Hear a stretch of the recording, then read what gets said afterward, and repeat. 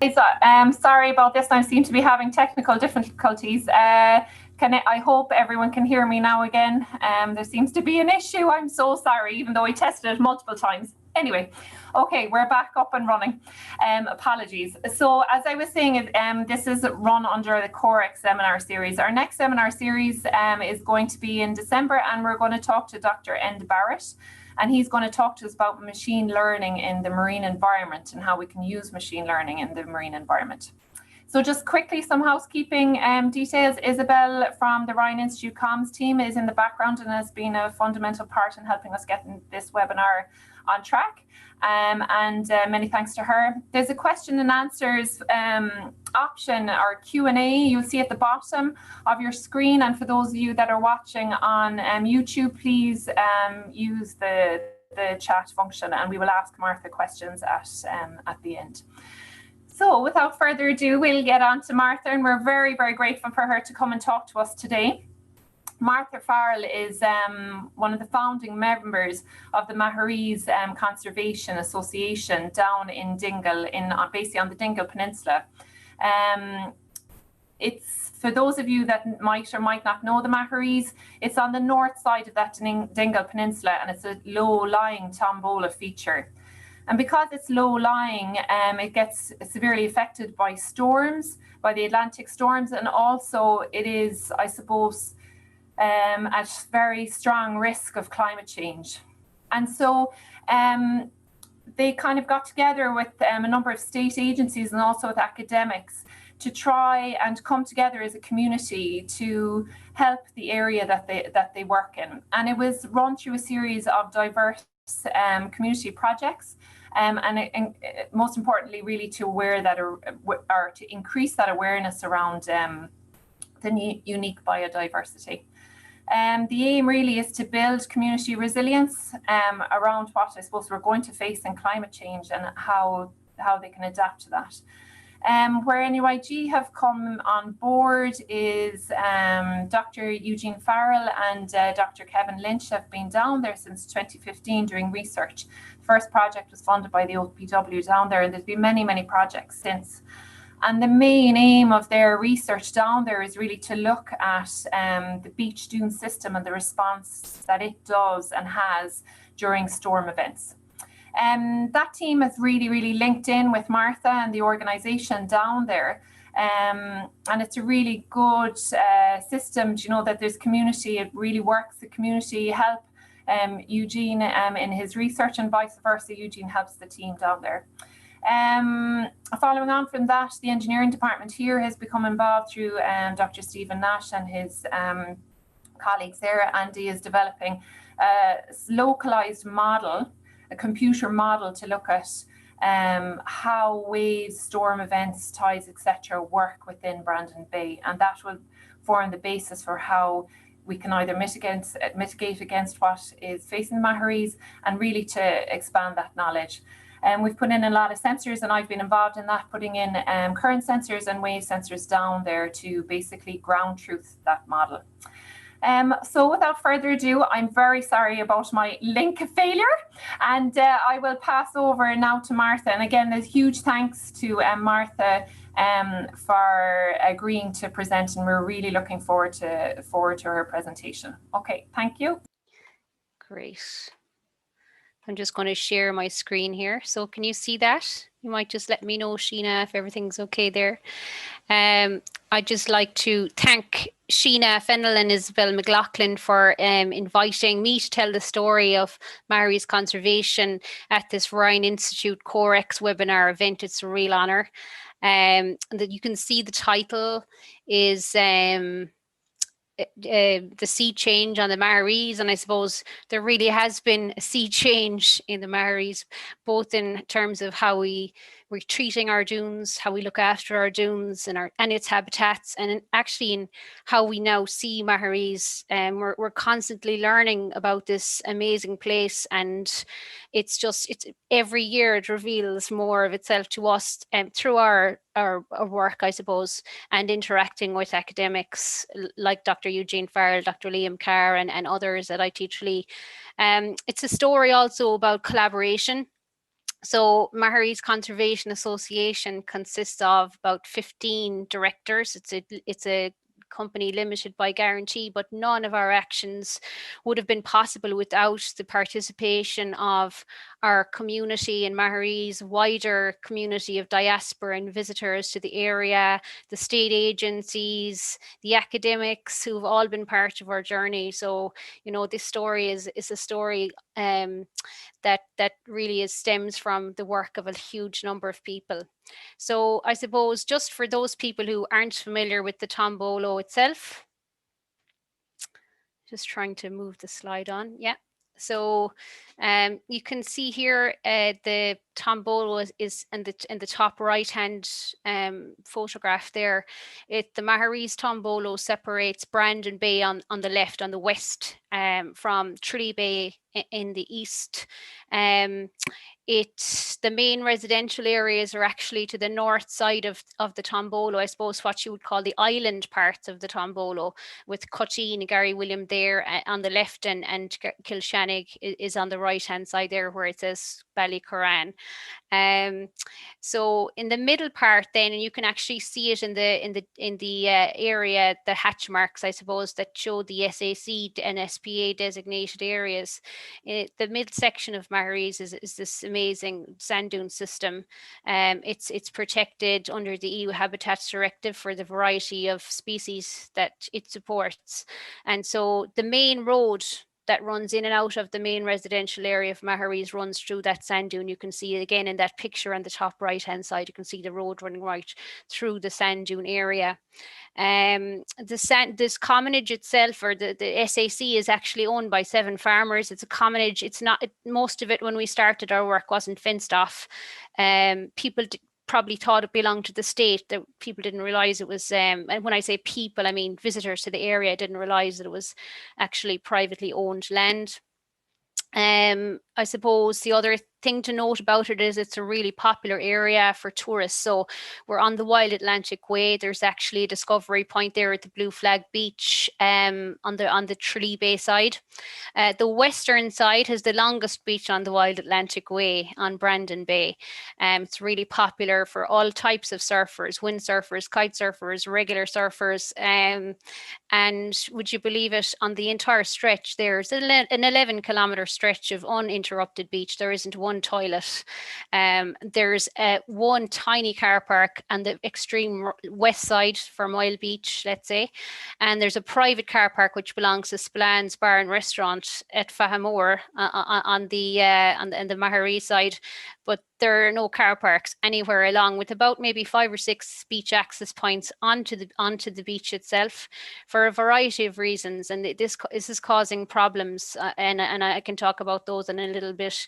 But I suppose there's a lot of pressure on the area from tourism, from agriculture, from fishing. So I suppose it needed a bit of protection. It also is an SPA and a Ramsar site.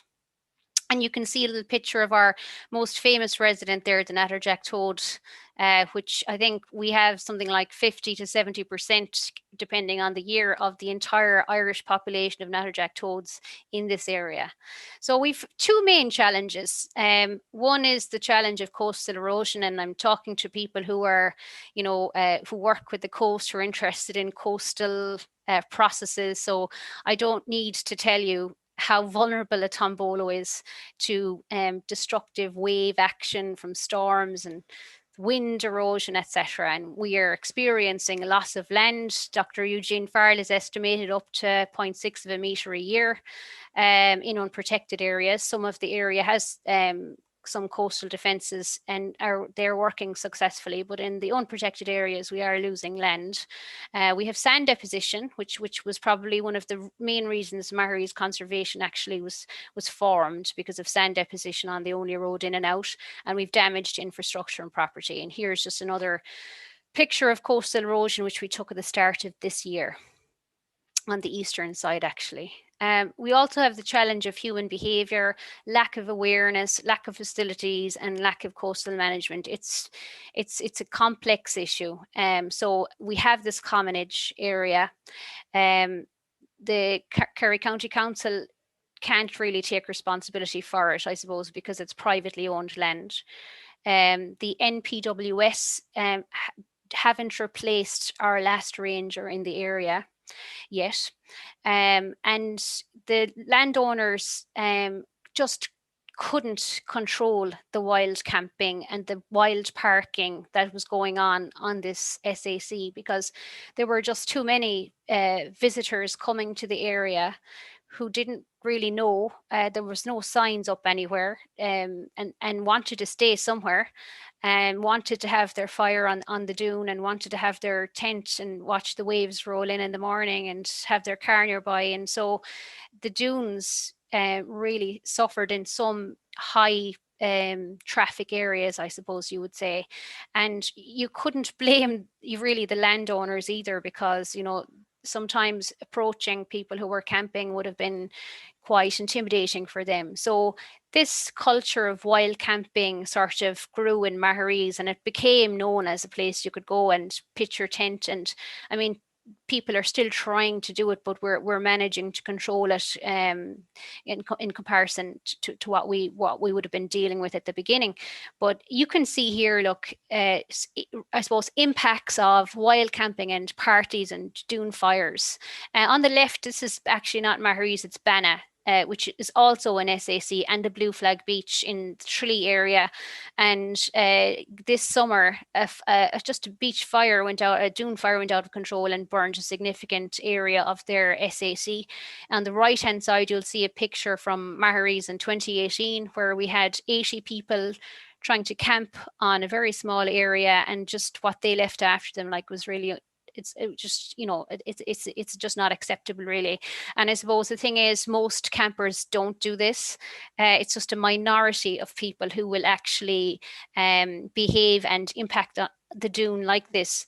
The problem is when you have the legitimate, well-behaved campers on a sand dune, you can't, you know, stop other campers who may be damaging to come along if they see other campers there. So we've just had to accept the fact that we just can't have unmanaged camping on an SAC, and we try to stop that. But this is just to show you, I suppose, what happens when you don't have management of your coast.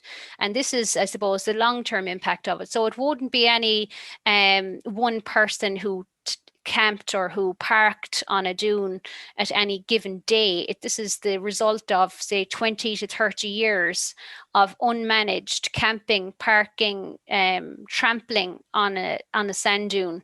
And you can see here, you know, where there was once dune, where there was once marram grass, there was just sand, and it was very easy for the coastal processes to erode these dunes then, because there was no vegetation to hold that sand together. And again, people didn't really understand that they were impacting on this dune when they came to Maharees. They just wanted to park near the surfing area and bring their equipment onto the beach fairly easily. So this is the situation we faced in 2016. I mean, this is an area which is very popular with the surfing community and beach users in general, because it's the only access point onto that longest beach in the Wild Atlantic Way, Brandon Bay on Maharees. And so you'll also see further up here to the south, I don't know if you can see my mouse cursor moving or not, but there was another breach at the top of that picture just starting to happen. You see that sort of it's almost like a triangle of sand dune on the Foredune of sand, and then people were parking on the roadside and walking through onto the beach, just because the main access point had become so busy. People were trying to get access on other areas. And also you'll see the impact of dune fires as well on a sand dune, where a small dune fire might actually cause a big blowout again over a few seasons, you know. So this is really, I suppose, again, 20 to 30 years of completely unregulated access to the beach. And I remember driving up that road actually that summer of 2015 and seeing people parking in here and seeing in the second sort of breach that was just happening, I suppose, if you like, and walking onto the beach. And I used to think, gosh, someone should do something. That area is going to become another access point to the beach, and this road is going to be so vulnerable to the coastal processes. So of course nobody really did anything because nobody knew what to do until, of course, this winter of 2015-16, when the only road out of the Maharees Peninsula became impassable on 17 occasions, and you could have sand drifts of maybe 4 feet to 3 feet on the sand on the road. The bus couldn't travel, the children couldn't go to school unless you had a very robust vehicle. You weren't getting out of Maharees until the council came to clear that road. And so it was a very frightening time for the people of Maharees. This was happening, almost every week, and people were extremely worried. And at the time, coincidentally, Dr. Eugene Farrell had been doing some research in the area. It was funded by the OPW, and he was presenting some interim findings at a public meeting. And because everybody was so worried, and he was a coastal geomorphologist, 200 people showed up to this public meeting. Now, there are 300 people living in Maharees all year round. So it was a large number of people in the community who actually turned up to that meeting. And at the meeting,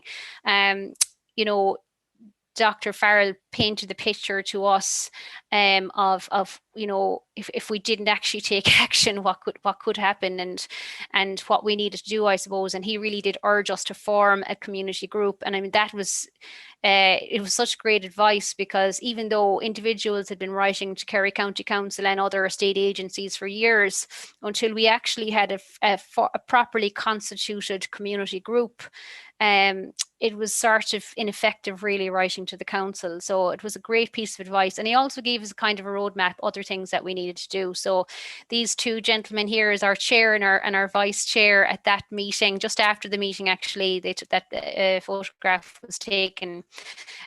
So this is our little, most of our committees in this picture was at a launch for our Heritage Trail Walk with Minister Brendan Griffin there and some Kerry County Council staff. But I suppose these are our objectives. We set up a constitution, etc. And as I said, these are 15 people who've really, given a lot of time and effort, because we just love this place so much. But our results are due to the work of a lot more people and a lot of other state agencies. So we've been working towards a long-term solution for coastal erosion, and we've engaged with a number of state agencies, local authority, the Heritage Council, NPWS, Clean Coast and Tashka, BIM. And we've also been engaging with academics such as Dr. Eugene Farrell, Dr. Liam Carr, their colleagues, Dr. Kevin Lynch from NUI Galway, Dr. Therese Higgins and Killian Kelly from IT Tralee, who would be wildlife biologists and have helped us with a lot of the natural heritage awareness work we've been doing. We've also been communicating with our elected members of the Kerry County Council and our TDs. And also we actually engaged this year with Total Motorhomes Ireland, TMI, because we just found that we needed to get the message out there to people who own camper vans and wild campers that really the SAC is not an appropriate place. Any vegetated part of the SAC, really, you can't camp or drive onto because of the cumulative damage that does. So the next thing I suppose that we really wanted to do was to try and control the sand deposition. This is one of the reasons we formed, was because people were so afraid, because this road was getting covered, every week, waiting for the council to come and clear the road before you could actually drive to the shop was quite daunting for people, So we again, only because Dr. Eugene Farrell was able to give us the science behind this the main sediment transport pathway, and then we were able to maybe look at some solutions that we found sort of online. So in this particular example, we used 3 lines of parallel lines of chestnut fencing or sand trap fencing to control the sand deposition, which was the big problem, I suppose, at the time in 2015-16.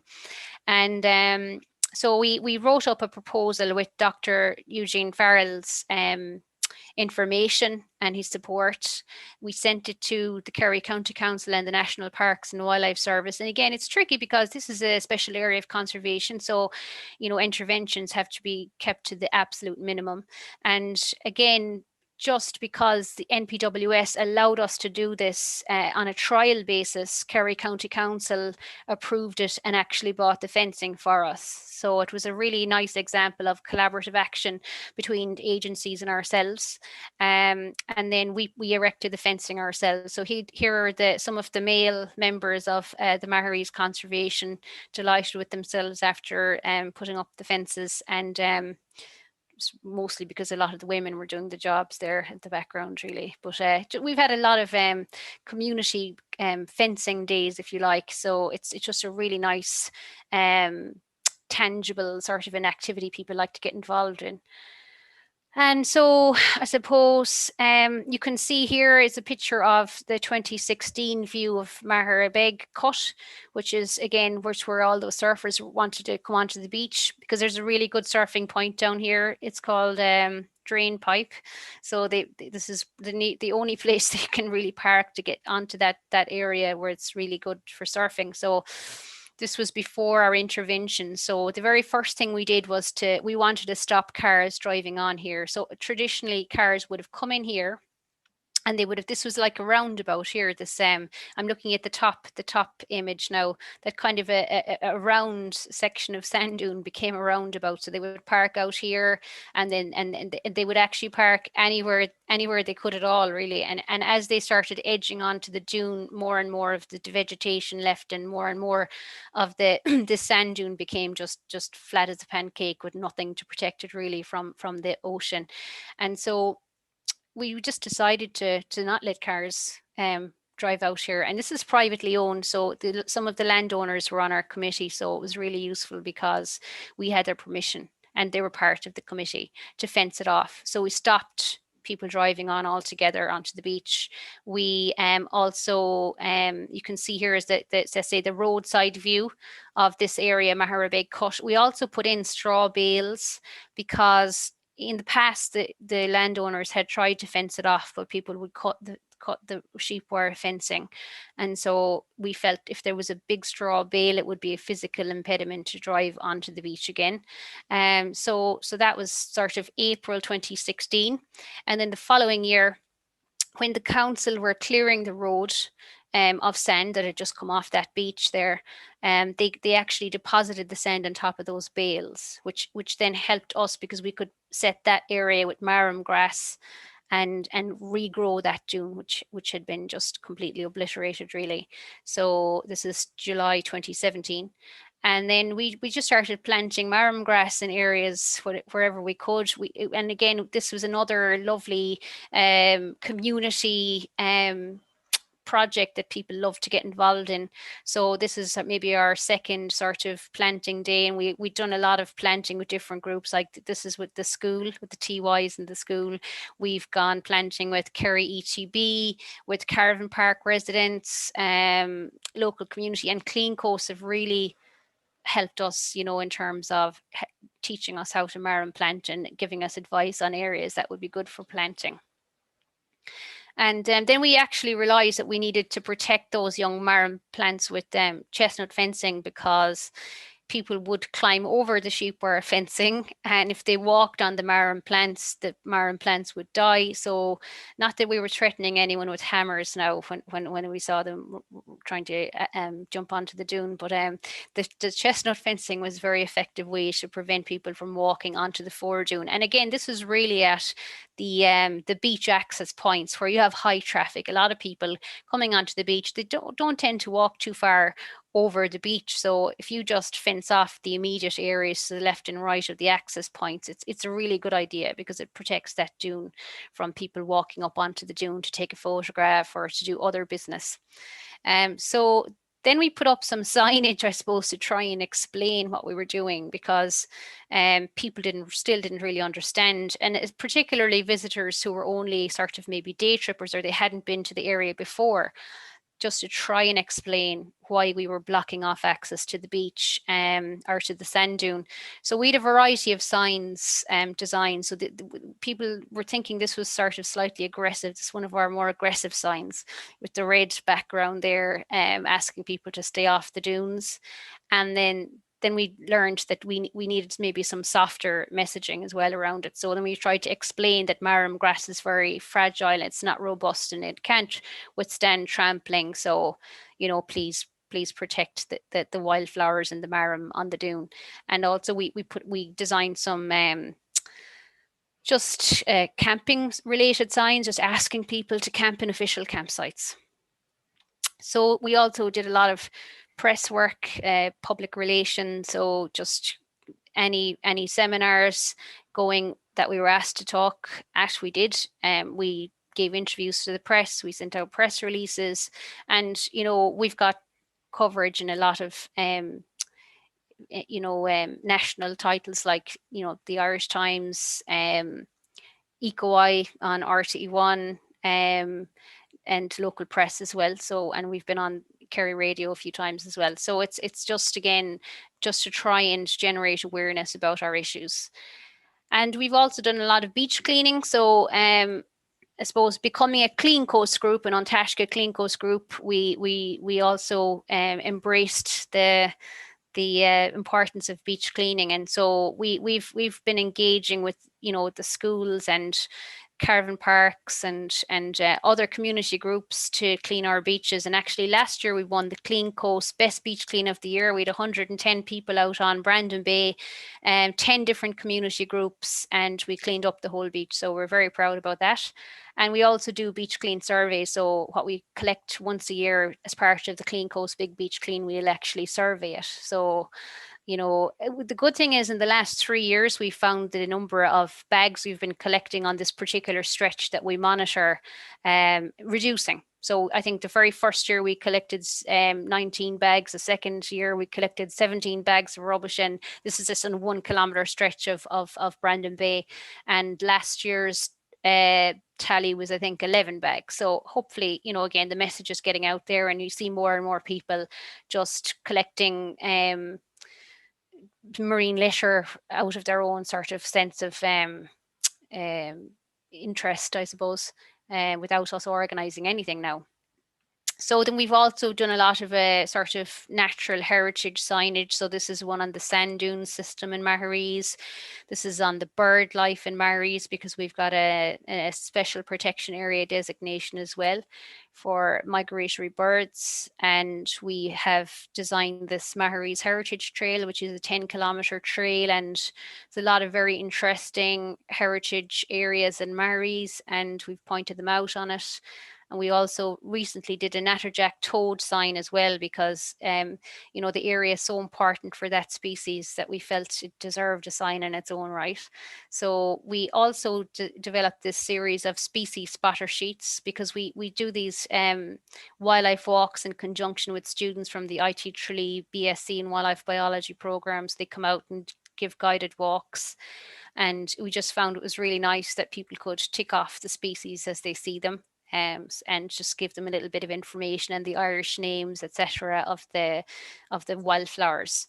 So I suppose in terms of all of that work and how it impacted on the dunes, I suppose the picture tells a story. So if you see the top left hand photograph here, it's how we started in 2016 at Magherabeg Cut, the area where we did our first interventions, if you like. And you'll see again this very barren area with not very much vegetation, and the roundabout intact there. And you see September 2017 and how the area has become vegetated. And you can see as well, we put in some straw bales just to keep people from driving on there. You can also see, you know, just the blank spaces, if you like, diminishing, and we still have that little routeway so people can still access the beach. And then this one was taken in August this year, the bottom one, and you'll see it just that the marram grasses got stronger. Then another area, I suppose, is the roads. This is the south side of Magherabeg Cut. I just want to show you this for just perspective. So this is the area of Magherabeg cut where the surfers were going down, where our first intervention. This is the second area we intervened, and this was the second breach that was happening. It's to the south of Magherabeg cut, where people would just drive in from the road, camp, and they would walk out onto the beach from there. And then this little platform of sand, if you like, was used for fires and sunbathing, etc. So this is actually taken in 2017. So you can see the little pock marks of our marram planting there on the Foredune, and on that path we planted the entire path out to the road, and we also fenced it off so people couldn't actually go in there at all. So I just wanted to show you again the before and after photographs at a closer range. So you can, I think the first set of photographs are actually from the roadside. So this is we'd say what you would see if you were standing on the main road. So that was when we started in March 2016, and then this is July 2018 as a result of our planting. And then just coming back just to show you the second side of it, I suppose, the Foredune side. So again, just the part facing the sea, if you like. So this is the Foredune before we started. This is actually 2015. This is the great benefit of having Dr. Eugene Farrell support our work, because he has drones and he has all of this evidence, I suppose. Before we even started, we didn't know he was taking these photographs, and he just sent this to me recently, and it's amazing to see the difference now. So this was before we intervened. And then this was, I suppose, the first time we started planting there in March 2016. And then this is July 2017. So you can see it's exactly the same angle, and you can see it's marram grass now instead of just sand without vegetation. And this was that so we found, by the way, in September 2017, where our marram grass was growing, but people were still trying to walk up onto the dune because there are no toilet facilities in the area. So that's where they used to try to go. So we decided then to fence off the front section of this entirely, because it would just stop that trampling, if you like. So there are chestnut fences in. And the other thing about it is, as the marram was growing, it was trapping sand. So this whole area has risen dramatically, and you can see our little dune protection signs cover there. This is only taken last year. And Eugene took one in 2019 there now from the dune. So you can see there was a lot of loose sand blowing, obviously, because all of this grass has trapped it. It looks like it's almost submerged by the sand, which it loves.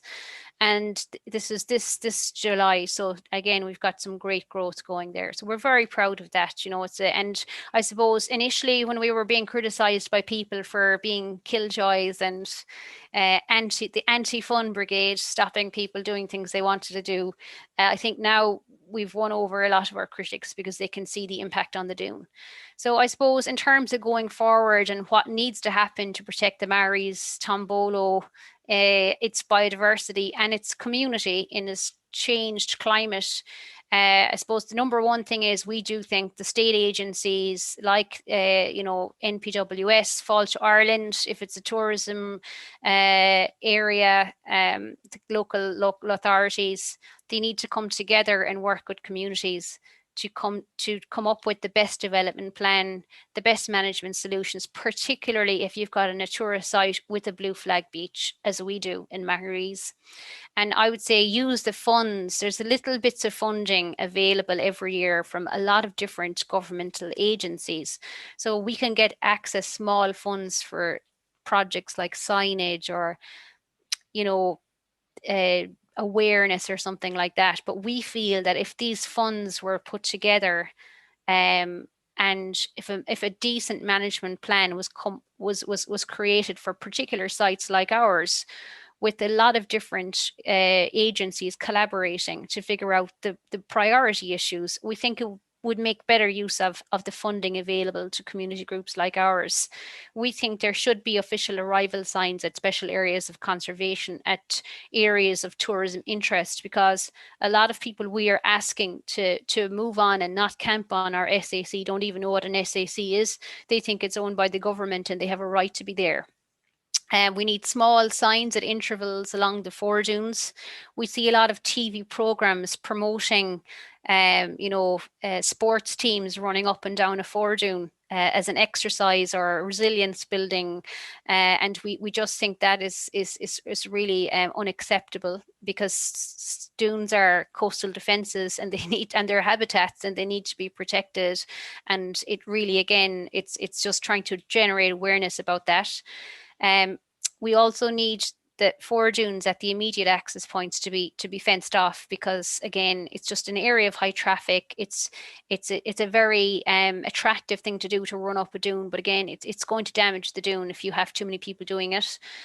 We need basic, and we're saying basic, beach infrastructure and campsites at our beaches. We're going to have warmer temperatures going forward with this changed climate.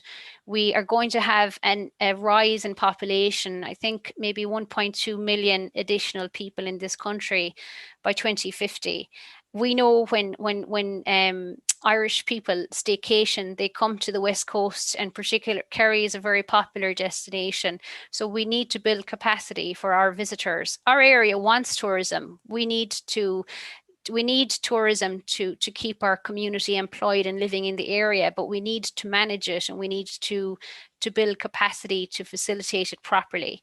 We need site officers at special areas of conservation with blue flag beaches, because even if the majority of people will read a sign and obey or comply, there is a small damaging minority that will not do so. And we need, again, some protection for our SAC.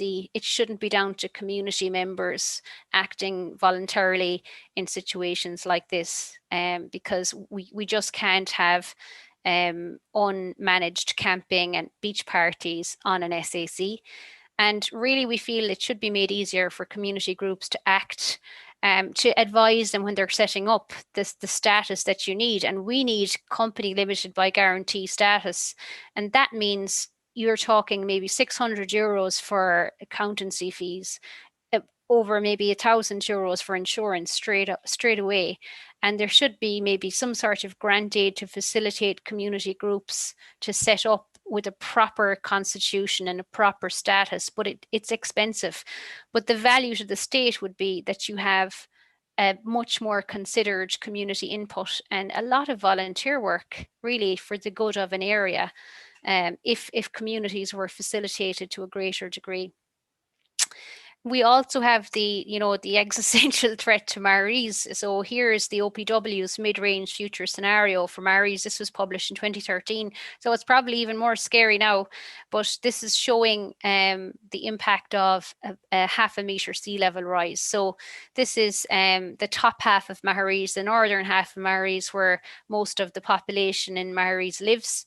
And you can see here's the main road, and it continues down to a place called Coundiha, and then it travels along Scragon Bay to Kilshannig. And a lot of our committee members have family members buried in this beautiful little cemetery right here in Kilshannig.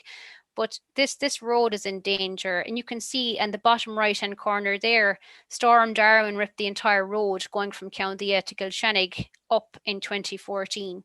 So this area will become flooded in this future scenario as a result of the sea level rise from climate change. And you can also see here the bottom half of Maharees and the Castle Gregory village area will also be subjected to flooding. So we feel that areas should be identified, areas at risk, and the appropriate coastal erosion risk mitigation studies should be commissioned. The recommendations need to be acted on. And we need to plan and budget for scenarios where infrastructure is at risk from coastal erosion and flooding, to mitigate the risks or even to compensate people where buildings are not viable or sustainable in the long term. In effect, we're talking about decision making and making people aware of these future scenarios and help them to adapt or mitigate against the impacts of this future scenario. And obviously we would love if somebody could take climate action as well. It's because it's not inevitable, I suppose, if countries actually take action to reduce the impact of climate action. So that is pretty much it. I would like to thank everyone who listened in today, and I'd welcome any questions if you have any. Great, thank you so much, Martha. Fantastic presentation, really good. I think pictures paint 1,000 words, don't they, really, when it comes to how much you guys have done for the Maharees. For the rest of you that are attending, it'd be great if you could pop in your questions into the questions and answers tab on Zoom, and then if you're watching as well on YouTube, there's just to the right of the screen you can pop in your questions. There is just a comment from Daniel Murphy. He said we would need to do that, and I'd say it was in relation to the marm grass in Dulac, which is up in Mayo. So I'm sure Daniel, Martha would be happy to kind of share experiences with you. So maybe we can join you up with Martha. I'm going to kick off the questions and answers myself, Martha, if that's okay. And yeah, no problem. I suppose I have a couple of questions, but my question is around the ranger. Do they perceive that a ranger will be into the Maharees and working for you guys soon? And on that note, because it is private land, how does that work? Is the ranger allowed onto the private land to help those private landowners? What would be the situation there? It's very tricky because of constitutional rights to private land. I'm aware that the National Parks and Wildlife Service have to monitor the sites, so I'm sure they can go on and they can monitor the sites. But from our perspective, let's say if a few landowners were happy for people to camp on the land, okay? Yeah. I don't think the NPWS have a right to enter onto the land and ask them to leave without the landowner's permission. The Gardaí have been actually doing it at the request of landowners and Maharees. When the campers will not move on for the landowners, the Gardaí will come on for them. But it's this is kind of one of these grey areas, Sheena, that I would have been talking to you about. I think it's something that needs to be cleared up, because I found it quite funny during the summertime. A bee orchid, I don't know if you've ever come across a bee orchid. It's a rare orchid. It's an amazing wildflower, which we only learned about in the last couple of years. But one was found on the campus of Waterford Institute of Technology during the summertime, and it made the 6-1 news. And I had to laugh because there are hundreds, if not thousands, of them growing in Maharees. Yet anyone who wanted to could really go onto that SAC and camp up, and unless a landowner is going to appear and ask them to leave, those bee orchids could be obliterated. So I thought it funny that a bee orchid on Waterford Institute of Technology's campus has more protection probably than a bee orchid on an SAC in Ireland, because of it's just a grey area. Yeah, I know it's quite difficult when you're trying to work in that environment. There's actually a good few questions coming in, Martha. So I'm just going to pop over. I'm working between two screens, so you're fine. While you're looking at the questions, I suppose I would again just like to stress that we've just been very lucky, and honestly, it's. I hate to say it because it almost sounds like we're constantly praising him, but for Dr. Eugene Farrell and Dr. Liam Carr and Dr. Kevin Lynch, like only for them we probably wouldn't have had the success that we did, because they've done things like attend meetings with us, with the Kerry County Council and National Parks and Wildlife Service, probably going above and beyond what they really need to do for their own work, to be honest with you. They've given us these amazing metrics. Like, so not only are we getting drone footage from them, but we're also getting actual measures of, let's say, sand dune growth. We're getting measures of erosion. We are getting, actually Dr. Liam Carr's students quantified the value of the entire Tombolo to the state last year in a study, you know. So it's I think while we had a very good motivated group of people from a very diverse set of backgrounds, which all helped, you know, in this mix to get what we wanted achieved, but for the likes of the NUI Galway and IT Tralee academics, I don't know if we would have been as successful, to be honest with you. Yeah, and I suppose that is kind of an important, like, it's a brilliant kind of case study by where scientists and local communities can really come together to work at this problem. I'll just, Kleena has asked, Would these projects need to be pre-approved by local councils? So I presume when you say do the planting or put in the chestnut fencing, do they need to be pre-approved by the local councils? Again, to be honest with you, another grey area, right? So for instance, for the marram planting, it could be argued that it's foreshore, right? But no one ever stopped us or asked us that for permission to plant on the Foredune, so we just did it. With the chestnut fencing on the actual sand dune itself, we asked the permission of NPWS because it is an SAC. We also asked the permission of the council in case we needed planning permission, but they said it was exempt from planning permission. But then, Sheena, other people in this country have installed rock armory as a coastal defence without any planning permission, and nothing has happened to them, or they have received no consequences, if you like. So it really is a real grey area, isn't it? That really needs to be grey solved, areas. Especially like we are facing climate change. No matter what we change now, climate is going to change, and we are going to have, especially like the diagrams that you showed of the Maharees, like, you know, these type of grey areas really need to be sorted by government, I would say.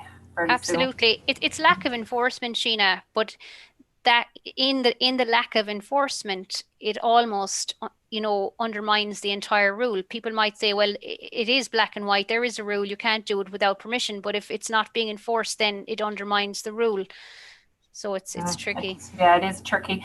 Eileen says, wonderful talk, Martha. Have you any ideas about how to facilitate car parking at access places? Yeah, I mean, there are 4 fields that are not SAC on the Tombolo. We have, I would say we would have agreement from a landowner to use one of those fields as a car park.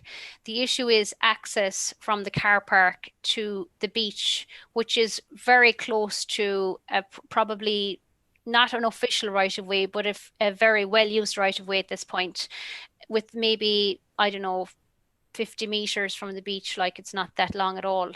But the issue is negotiating with the landowners. And again, this is another issue that I think this is why we're asking the state agencies to collaborate and to come up with plans for areas like ours, because I think if it's an issue that's of public interest, there should be, if there has to be CPU compulsory purchase orders, if you like, or in this case, it's just access. Because what we had this summer, we have about, the Kerry County Council allowed us to use one of their traffic counters last year, and it counted on 1 week 23,000 cars up and down that road. Right now, it was both directions, so if you halved it, it's still a lot of cars. And we know that this summer we did a drone survey, and we found that there were 166 cars parked on the side of the road on an SAC in people's private driveways, anywhere they could get to, right, to get onto that beach. They were leaving their cars wherever they could. So it is of public interest, we feel at this point, that we have some place to facilitate our visitors and help them to come onto the peninsula, enjoy the longest beach on the wild Atlantic way safely, without endangering people's lives by bad parking or creating stress for people who are living in that area. We think it's of public interest at this stage. So this is why we think this needs to be planned. I mean, if a motorway is required and if it's of public interest, these things can be sorted out. But it's almost like, because our beaches are only used at the moment for maybe a month or 2 in the summertime, that we can somehow put up with this. But we know that they're going to be used to a much greater degree, and they are being used to a much greater degree. So we really do feel that it's time for these issues to be sorted out. Absolutely. Like, it's especially when you have that number of people coming down. I mean, it's a small road anyway, and that number of cars coming down is just absolutely huge. It's huge. Glenn Smith said, thank you for the presentation. How might you reconcile the importance of tourism and the stresses that it causes? I realise that isn't a short answer. Also in countries, and this is also from Glenn, also in countries like Scotland, the right to roam raises awareness and improves the responsible behaviour of campers. This might be something to consider in Ireland, although not for SACs. unfortunately the new National Marine Planning Framework draft doesn't help us with that grey foreshore area. I mean, they're amazing points to raise, Glenn. I would say a comprehensive, collaborative planning process for sites, specific sites. I don't know if national policy is going to sort out everything. I think you're going to have to take a site, and the agencies have to come together and come up with plans, because our area wants tourism. Make no mistake about it. We need it to have a community to survive in the area, I suppose. On the camping one, I mean, we've racked our brains on the camping one. NPWS said you can't really market a campsite on an SAC, even if we were to designate part of it. It's just not allowed. I have seen as well, even the best campers in the world will make an impact on a sand dune. That cumulative impact can't be denied, even if you're the most responsible camper in the world. And honestly, if you don't know, if you're not in Maharees on, let's say, in the summertime, you won't know if you're camping on a bee orchid or not, because other times of the year they're kind of dormant, unless it's flowering. So you could be camping on anything and you don't even know it. So I think SACs, as you say, should be off limits for any sort of camping like that. But I do think that there are fields that are not SAC designated nearby, which could be used for camping. And it comes back to that whole planning and figuring out and creating a plan, I suppose, for an area. Yeah, absolutely, and taking everything into consideration when that plan is implemented or thought about. Another question from Shane Lavelle: are there many beaches or areas under protection in Ireland? I actually don't know that. I know of 3 in Kerry, like Inch, which has a blue flag, Banna, which has a blue flag, and in Magherabeg we have a blue flag beach as well, and ours is a special area of conservation. So most sand dune systems like ours, and we have a few more, I'd say, in Kerry, have an SAC. Yeah, perfect. Just from Stephen Nash, thanks very much for a very interesting presentation, Martha. I think that's all on the questions. It's been absolutely brilliant presentation, Martha. Thank you so much for taking the time out to give us this presentation. There was close to 90 people listening in between Zoom and live on YouTube, which is just absolutely brilliant. And hopefully it might start to open up conversations about that we really need to get into planning for certain areas of our coast, like as you say, that are going to start to be used a little bit more as climate changes, but also are going to become even more vulnerable. So thank you so much for presenting to us, and we'll end the